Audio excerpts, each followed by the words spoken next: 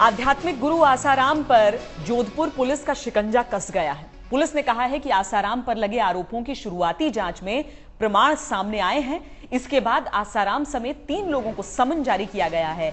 आसाराम को समन देने के लिए जोधपुर पुलिस की एक टीम अहमदाबाद पहुंच गई है। पुलिस ने आसाराम को 30 अगस्त से पहले पेश होने का आदेश दिया है। फिलहाल बताया जा रहा है कि आसाराम अभी अहमदाबाद आश्रम में नहीं है, वो इंदौर गए हुए हैं। लेकिन अगर उन्होंने आदेश का पालन नहीं किया तो गिरफ्तारी संभव है।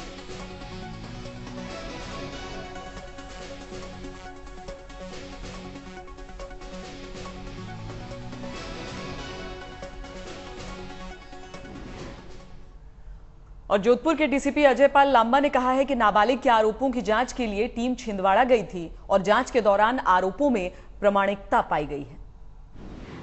पीड़ित पक्ष द्वारा लगाए गए आरोप प्रथम दृष्टया प्रमाणित होने से आसाराम बापू, उनके एक सेवादार शिवा और छिंदवाड़ा गुरुकुल में जो महिला वार्डन है शिल्पी, उन तीनों के सम्मन जारी किए गए हैं। उनको सम्मन किया है, यहाँ हमने उनको सफीना भेजा है इन्वेस्टिगेशन के लिए आने के लिए।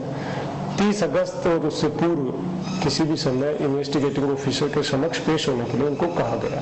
आसाराम जी का जो मूल आश्रम है वहाँ हमने ये नोटिस भिजवाए हैं और वहाँ उस आश्रम के जो मालिक हैं उनको ये नोटिस सर्व किया जाएगा और वहाँ से अग्रिम स्थान जो भी है जहाँ आसाराम जी के होने का बताया जाएगा अहमदाबाद आश्रम द्वारा, वहाँ हमारी टीम जाकर वहाँ शुरू करेगी। वो जो छिंदवाड़ा जो टीम गई है उसमें काफी अहम बातें पुलिस को पता लगी हैं जो आरोप को प्रमाणित होने की दिशा में है।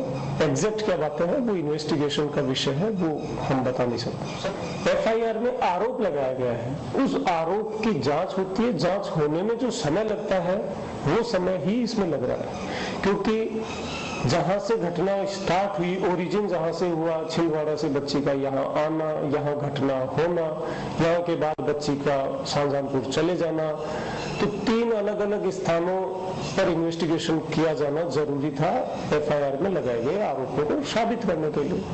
प्लेन एक एफआईआर में किसी भी व्यक्ति पे कोई भी आरोप लगा देंगे और सिर्फ एफआईआर दर्ज होने के आधार पर आरोपी को गिरफ्तार कर लेना किसी भी कानून में किसी तरह का ऐसा कोई प्रावधान नहीं है। उनके खिलाफ नाबालिग बच्ची के साथ यौन दुष्प्रयोग के आरोप साबित है, पोस्को एक्ट के तहत अपराध प्रमाणित हुआ है। आरोपी पक्ष पे जो पीड़िता ने आरोप लगाए हैं, पीड़िता से इन्वेस्टिगेशन हुआ है, उनके अनुसार आरोप प्रमाणित है। अब आरोपी पक्ष को भी पूरा मौका दिया जाएगा कि वो अपनी इनोसेंस साबित करे। अगर वो कोई इन्वेस्टिगेशन में कोई ऐसा तथ्य सामने लाते हैं जिससे उनकी इनोसेंस जाहिर होती है तो उसके अनुसार कार्रवाई होती है। अगर वो कोई ऐसी चीज जाहिर नहीं कर पाते हैं तो उनको दोषी मानते हुए कार्रवाई कीजिए। हम सीधे आपको लिए चलते हैं अपने संवाददाता शरद कुमार के पास। शरद, 2 चीजें हैं। अव्वल तो ये कि बार बार आसाराम ये कहा करते थे अपनी तरफ से कि ये आरोप गलत हैं और ये भी कहते थे कि उस दिन वो उस आश्रम में नहीं थे जहां पर उन पर ये आरोप लगाया जा रहा है। पुलिस का ये बयान और साथ ही ये भी कहना कि बलात्कार का मामला नहीं चलेगा, इस वक्त स्थिति कहां पर खड़ी नजर आ रही है? श्वेता, बिल्कुल ठीक है, आपने ठीक कहा। आसाराम ने कहा था कि मैं उस समय आश्रम में नहीं था, लेकिन जैसे ही जो फार्म हाउस के मालिक ने कहा कि आसाराम थे, आसाराम ने अपना बयान पलट दिया और कहा कि वो जोधपुर में ही थे। और अब तो ये मानने ये भी लगे हैं कि मैं लड़की से मिला भी था। तो लगातार वो बयान पलट रहे हैं। दूसरी बात, ये पुलिस कह रही है कि हमें बहुत महत्वपूर्ण साक्ष्य मिले हैं। तो 6 दिन पहले भी जब जांच शुरू हुई थी तब भी जांच अधिकारी ने कहा था कि हमें पुख्ता सबूत मिले हैं। तो किन चीजों के लिए बैठे हुए हैं, क्यों नहीं उससे पूछताछ हो रही है, क्यों नहीं गिरफ्तार हो रहे हैं, इस सवाल का जवाब दे नहीं रही है पुलिस और सिर्फ कह रही है कि साक्ष्य मिले हैं। दूसरी बात, जहां तक बलात्कार के मुकदमे की बात है, देखिए निर्भया कानून के बाद जो कानून बदला गया था, दिल्ली रेप गैंग जो कांड हुआ था उसके बाद, उसमें बलात्कार के साथ साथ अगर नाबालिग के साथ किसी तरह की छेड़छाड़ या दुष्कर्म का मामला होता है तो वो भी 376 की श्रेणी में आता है।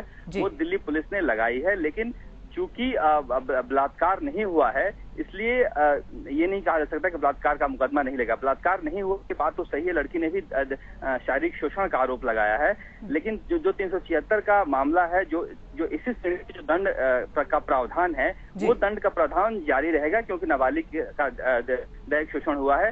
अभी डीसीपी ने एक प्रेस कॉन्फ्रेंस करके क्लियर कर दिया है कि दिल्ली पुलिस की तरफ से लगाई गई कोई भी हमने न हटाई है न जोड़ी है, यथावत है। धारा हटाने और जोड़ने का काम कोर्ट का है, पुलिस कर ही नहीं सकती।